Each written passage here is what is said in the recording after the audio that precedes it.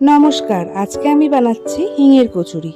হিঙের কচুরি বানাবার জন্য প্রথমে মুগ ডালটাকে 200 গ্রাম মুগ ডালকে ভালো করে কড়াইতে আগে আমি নেড়ে নিয়েছি। তারপরে কড়াইতে তেল গরম করতে দিয়েছি, করে একে একে হিং, তারপরে একটু ধনে আর একটু আদা কুচি আমি দিয়ে দিলাম।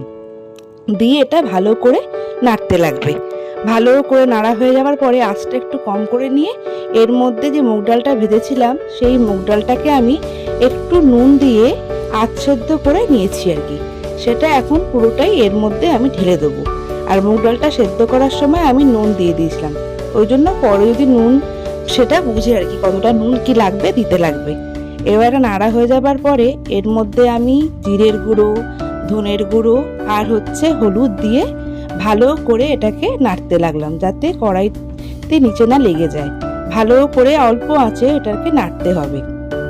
আমার ছেলের আবদার যে মা আজকে আমাকে একটু কচুরি বানিয়ে খাওয়াও।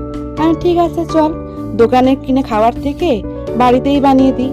এর মধ্যে আমি একটুখানি লঙ্কার গুঁড়োও দিয়ে দিলাম, কাশ্মীরি লঙ্কার গুঁড়ো, যেটা খুব একটা ঝাল হয় না কিন্তু কালারটা দারুণ আসে। তারপরে এটা গা মাখা হয়ে যাওয়ার পরে আমি এখানটায় মিষ্টি দিলাম। আমি মিষ্টিটা চিনির বদলে গুড়টা দিলাম, আখের গুড়।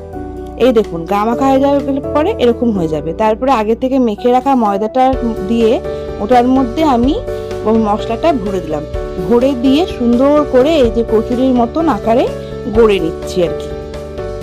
এই যে দেখুন তো কেমন হয়েছে। এরপরে কড়াইয়ের মধ্যে তেলটা গরম হয়ে গেলে পরে একে একে করে একটা একটা করে কচুরি এর মধ্যে আমি দিয়ে দিলাম। তারপরে ভালো করে এপিট ওপিট করে নাড়াচাড়া করে নেবার পরে এই দেখুন তৈরি আমার দোকানের মতন খাস্তা কচুরি। এই দেখুন